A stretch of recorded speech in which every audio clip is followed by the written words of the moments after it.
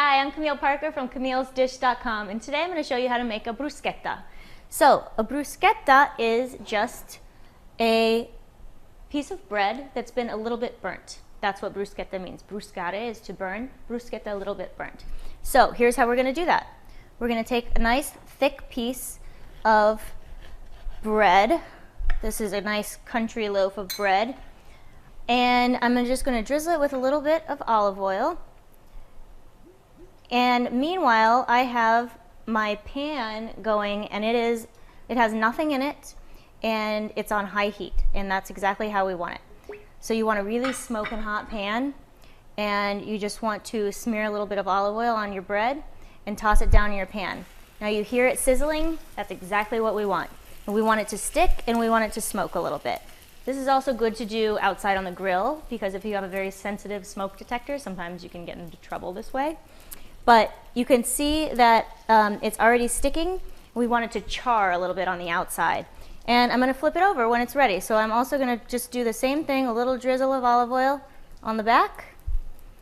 And I can see that it's smoking already, which means that it's sticking, and that's good. See? Charred already.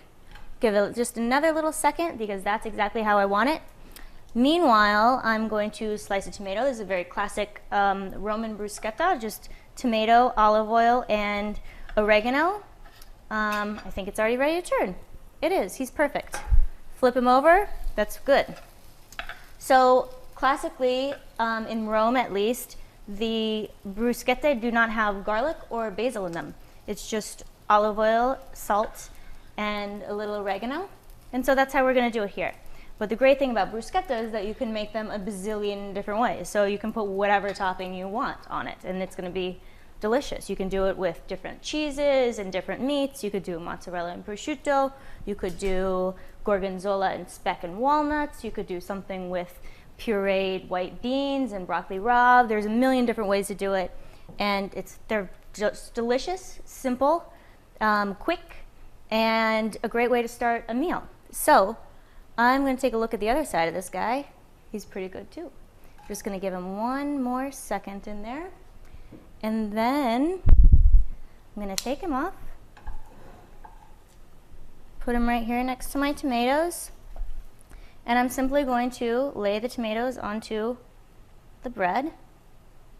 Like this. You could do it with diced tomatoes if you like. I prefer to do it with sliced because I feel that they stay on the bread a little bit better, and you can cut it and eat it with a fork. You're not trying to stab a million different pieces.